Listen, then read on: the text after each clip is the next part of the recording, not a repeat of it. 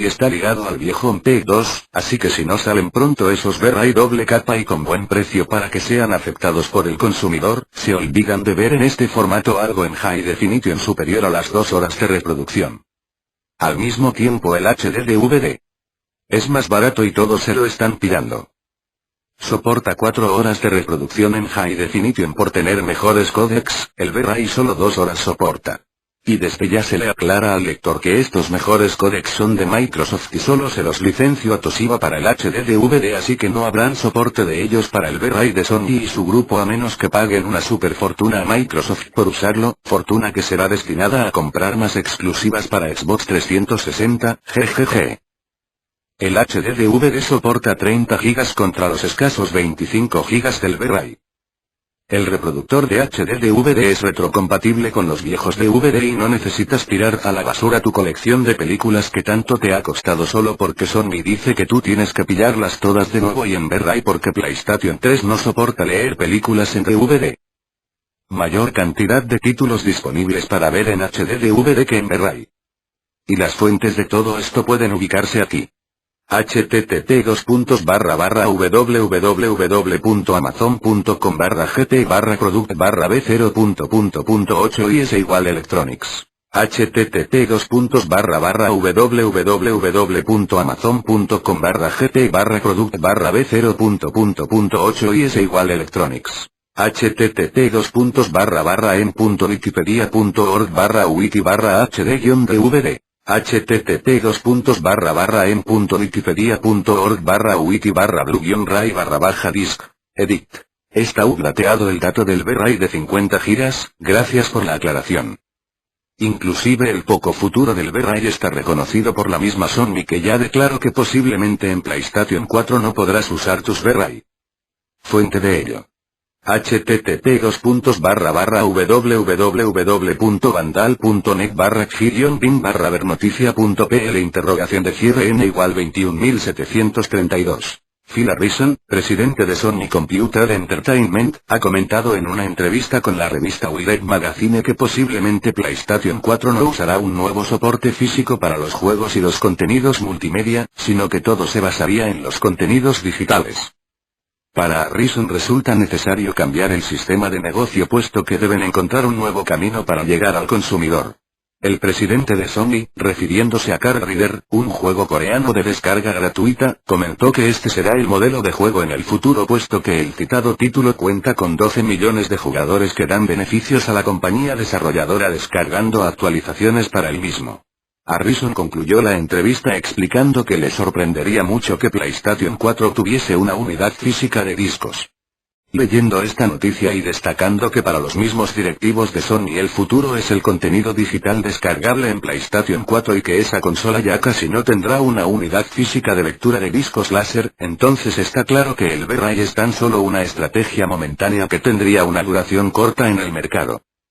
Para terminar este serio planteo solo basta ver las ventas de reproductores de HD DVD y las de reproductores de Blu-ray y notarás que todo el mundo se pilla el HD DVD y poca gente el Blu-ray. Fuente de ello. http://www.techdwars.com/index.cfm. 3. Promesas rotas. Todos recuerdan el evento del año pasado, la E3, 2005, en la cual se prometió mucho acerca del poderío de PlayStation 3. Se mostraron demos espectaculares las cuales tenían mucho aire a engaño y montaje, pero Sony se encargó de disipar estos rumores y confirmar varias veces que son en tiempo real. Aquí la confirmación de Sony de que Killzone era tiempo real. http://media.ps3.in.com/media/74847475/bits/1.html. Lo buscado por Sony era demostrar que PlayStation 3 era el doble de potente que Xbox 360 a toda costa. Sin embargo, el solo paso del tiempo hizo que el propio peso de este engaño haga demostrar que todo lo visto de PlayStation 3 eran secuencias CGI y nada hecho por la consola o su hardware en tiempo real. Para empeorar las cosas llegada la GDC, 2006 y luego la E3, 2006, se presentaron demos de los juegos de PlayStation 3 pero ahora en real tiempo real. Evidentemente de mucha menor calidad y que dejaban mucho que desear. Mientras que lo mostrado en el 2005 parecía inalcanzable para cualquier hardware, lo mostrado luego en el 2006 parecía salido de un PC de media gama. Citas de gamingaje acerca de las diferencias entre las demos en los diferentes eventos. http://www.gaming-age.com/news/2006/3/22-53. Annotated demo was shown and co-developed with Ninja Theory, which had 2,000 characters reacting to complex ragdoll physics.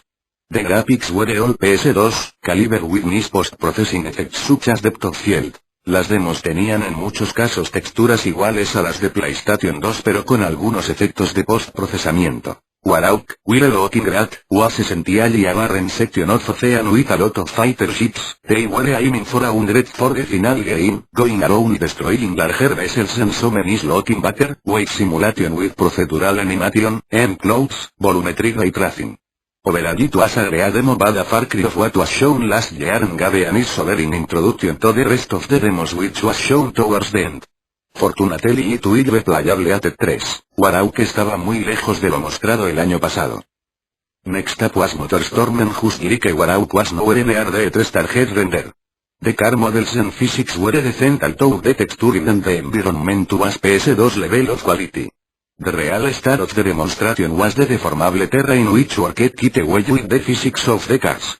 The demo also had HDR, post-processing effects, and occlusion. MotorStorm tenía texturas de PlayStation 2. The next game was Resistance, the title formerly known as I-8. Out of all the games this one was the farthest along but unfortunately the least interesting. It was your standard FPS affair with every linear levels, decent and moderately interesting weapons. The lighting texturing model was all decent but nothing groundbreaking. Era decente pero nada del otro mundo. Y el mejor ejemplo de promesas rotas aquí lo tienes y con fuente. http://sinext.eon-pide.com/index.php/485e7b87d6f88. Embellish World, el juego que te mostraron en 1080p y a 60 frames y presumieron de su potencia, ahora solo será en 720p y 30 frames porque si lo hacen a 60 frames, y sin siquiera ser a 1080p, el juego tendría que ser recortado en iluminaciones y texturas. Un claro ejemplo de las promesas rotas de los juegos de Sony y de la imposibilidad que tiene PlayStation 3 de mostrar gráficos en 1080p y a 60 frames con efectos avanzados. Mientras que por el lado de Xbox 360 en ningún momento se nos prometió humo con vídeos espectaculares hechos por computadora para luego en el in-game venirse abajo. Esto habla muy bien de Microsoft que muestra aquello que tú puedes esperar de la consola y no algo que dicen que podrán lograr pero no tienen cómo demostrarlo al punto que luego la verdad indica otra cosa. Cuando se mostró el PGZ o el DOA 4 se mostraron tal como eran y no algo que era increíble pero luego no lo era realmente. 4. Potencia gráfica inferior a la de la competencia. Sony se encargó de vender a su consola como la más potente y jamás vista de toda la historia. Sin embargo la realidad cuando se confirmaron los datos de PlayStation 3 fueron estos. PlayStation 3 solo podría mover 275 millones de polígonos en pantalla mientras que su competidora Xbox 360 movería 500 millones de polígonos en pantalla. Todo se debe a la imposibilidad de esta consola de trabajar conjuntamente el CPU con la memoria de vídeo y el CPU con la memoria lógica. Sony ha cometido un error en la arquitectura de esta consola limitando el ancho de banda triangular entre el CPU grande del sistema. Mientras que 360 tiene el doble de ancho de banda en la comunicación de su memoria y toda su memoria es de un bus de 256 bits en su total es 512 MB de RAM GDDR3. PlayStation solo tiene 256 MB de RAM con ese ancho de banda que también es GDDR3, pero el resto de su memoria es XDR y solo es de 64 bits de ancho de banda. Si bien es un poco más rápida que la GDDR3, ¿de qué sirve esa velocidad si no tiene ancho de banda? Los gráficos no requieren hipervelocidad a costa de poco ancho de banda en la memoria, sino ancho de banda porque no admiten ser divididos en partes. Todos sabemos hoy que si tienes un PC la comunicación de las placas de vídeo de alta gama es de 256 bits por la app POPC Express, las de media gama son de 128 bits. Pero en este caso hablamos de solo 64 bits, con ese ancho de banda la memoria XDR está inutilizada para manejar gráficos complejos ya que ese ancho de banda solo se encuentra hoy en placas de vídeo de muy baja gama e inútiles para los juegos de hoy.